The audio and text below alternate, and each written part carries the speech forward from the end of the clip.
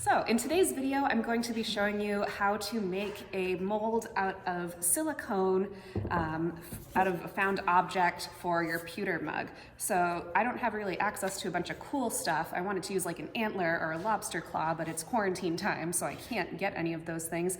But I was just in the metal studio and I thought it would be cool and kind of meta if I made my handle for my mug out of this part of the hammer. So I'm gonna mold from about like here and here. So once it's cast in pewter, you'll hold it like that. So I'm using this product made by Smooth On. It's Equinox 38 and it's a medium set silicone putty.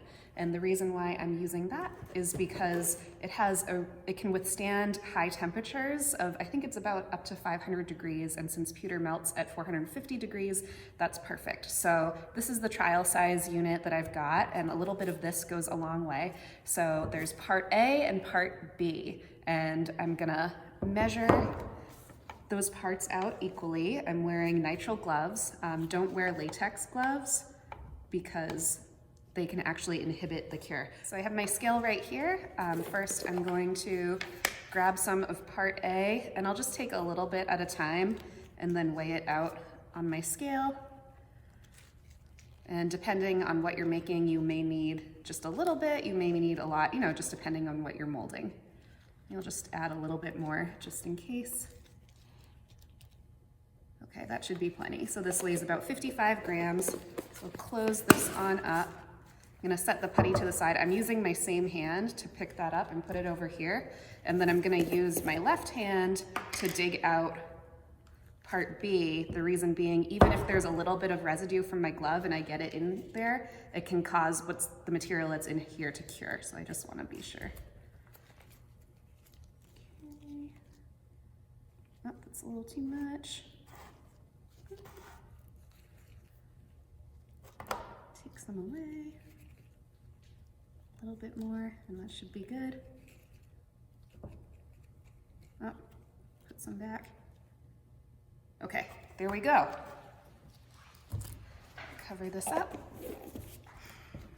Now, something that's also really nice about this is it's got a pretty quick pot life, so I'm gonna mix this by hand for 4 minutes, and then the cure time is really fast. So this will be completely cured after 30 minutes. So I'm gonna set a timer for 4 minutes, and I'm just gonna mold the putty around in my hand, and then once those 4 minutes are up, I'm gonna just place it around my handle, just smush it right around there, and then I'll just wait for it to cure.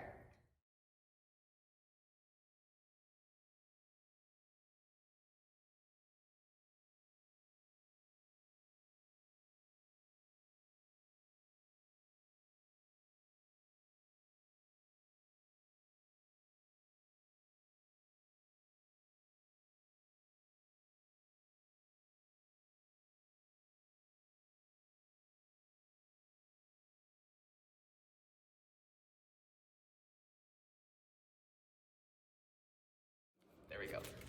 All right, so now it's been 4 minutes. I've been molding this putty together, so part A and part B are really equally mixed.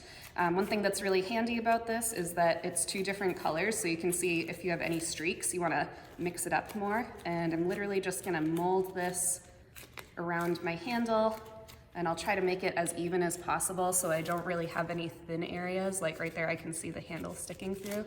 So I'll just redistribute the putty around.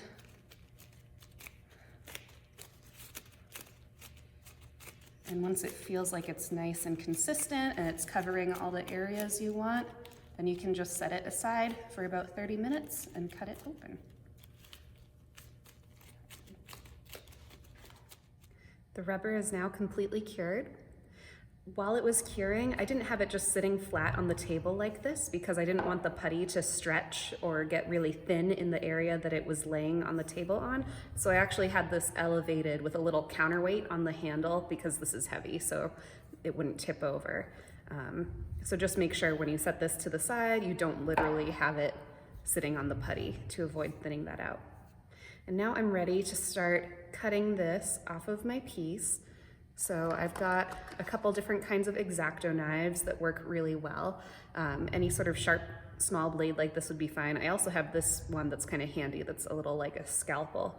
So I'm gonna start just carefully cutting my piece, and I'm gonna cut in a zigzag like this so I have a key. And I'm gonna cut all the way down, but I'm gonna cut most of the way down, sorry, but not all of the way down. That way I can peel this off, but I'm not cutting all the way through my mold. Let's see, I may have to do the other side as well. The reason why I'm cutting in a zigzag, not straight, is so that I've got this key pattern, so then when I put this back together, when I go to cast in it, the edges will fit together pretty nicely. So now I'll just carefully try to peel this off. This is kind of an awkward piece. I don't want to tear my silicone. This does stretch a little bit, but I may have to cut it in a few areas if it really starts tearing away. Let's see.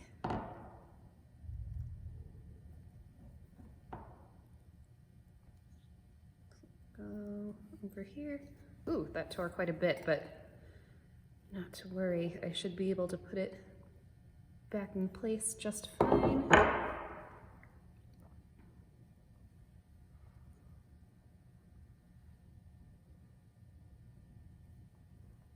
All right, so here's my little mold. And I'm also, so you can see, I can just seal it right back up. And then also when I go to actually cast with this, I actually duct tape my mold together to make sure that no pewter comes out of these edges that I cut, but also that way too, it holds together. All right, so that's that. So next video is gonna be actually casting some pewter into here for our handle.